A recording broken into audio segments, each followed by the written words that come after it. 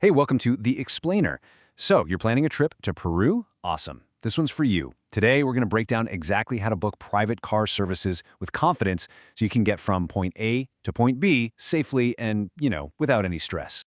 All right, so picture this. You've just stepped off a long flight into Lima or Cusco. You're tired, you're juggling your luggage, and you're navigating the whole buzz of a new airport. In that moment, knowing exactly who to trust for a ride, well, that is the difference between a stressful start to your vacation and a totally seamless one.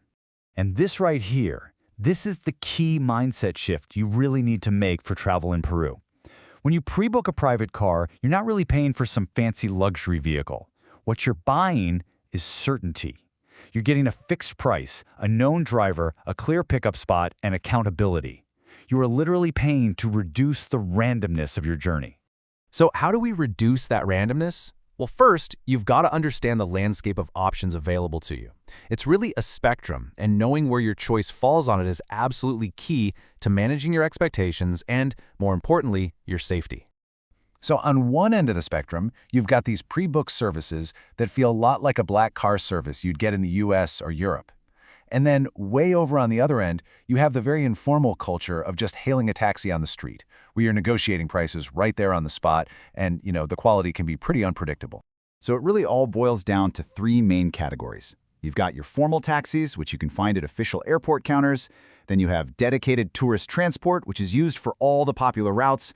And finally, there are the informal street hails. And look, these are super common, but, and this is important, official travel advisories warn that they carry a significantly higher risk for travelers. Okay, so that brings us to maybe the most important part of this whole explainer, your toolkit.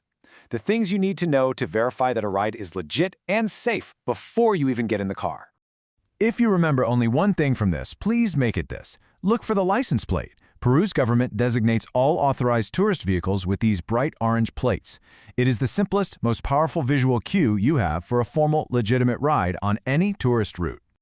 Okay, another really critical check is for something called SOAT. Now, this is Peru's mandatory traffic accident insurance. And seeing that a car has it isn't just some bureaucratic detail. It's a huge sign that you're in a formal, compliant vehicle, and it ensures you have a baseline of coverage in case of an accident. And what does that mean for you? Well, that baseline of protection is standardized across the entire country.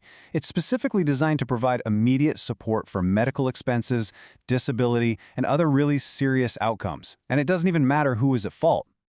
So here's how you put this into action, especially before a long drive. First, get the plate number in advance. Second, use the official government websites to check it.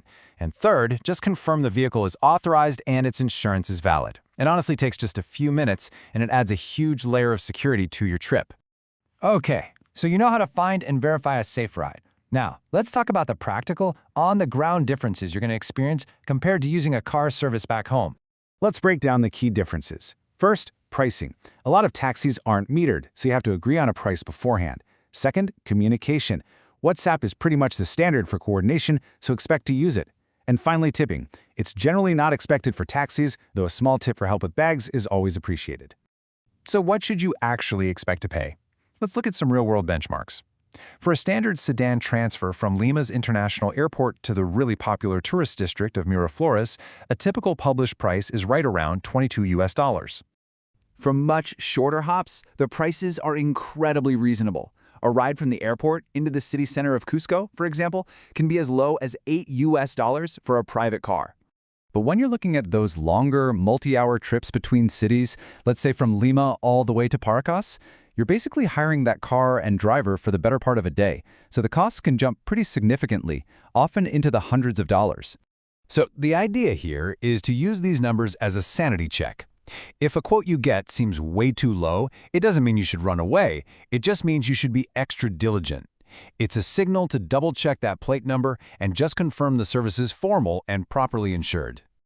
Now let's put all of this together into a simple, step-by-step playbook that you can use every single time you book a ride in Peru. It's a really straightforward four-step process. First, get a fixed quote in writing, and make sure it includes everything, like tolls and wait time. Second, ask for the plate number and verify it online. Third, confirm all the logistics, like your flight number and the pickup spot, which you'll probably do over WhatsApp. And finally, on arrival, do a final match. Just check the driver's name and the car's plate against what you were sent. And here it is, your final takeaway, a simple checklist for every booking. Do you have a fixed quote? Check. Do you have the driver and plate info? Yep. For those tourist routes, are you looking for the orange plates? You bet. Did you confirm the exact pickup point and save their WhatsApp number? Absolutely. Following these steps just takes the guesswork out of the equation and helps ensure a predictable, safe journey every time. And there you have it. With this playbook, navigating ground transportation in Peru goes from being a potential source of anxiety to just another seamless part of your adventure. The power's in your hands to make sure every ride is a safe one. So, where to first?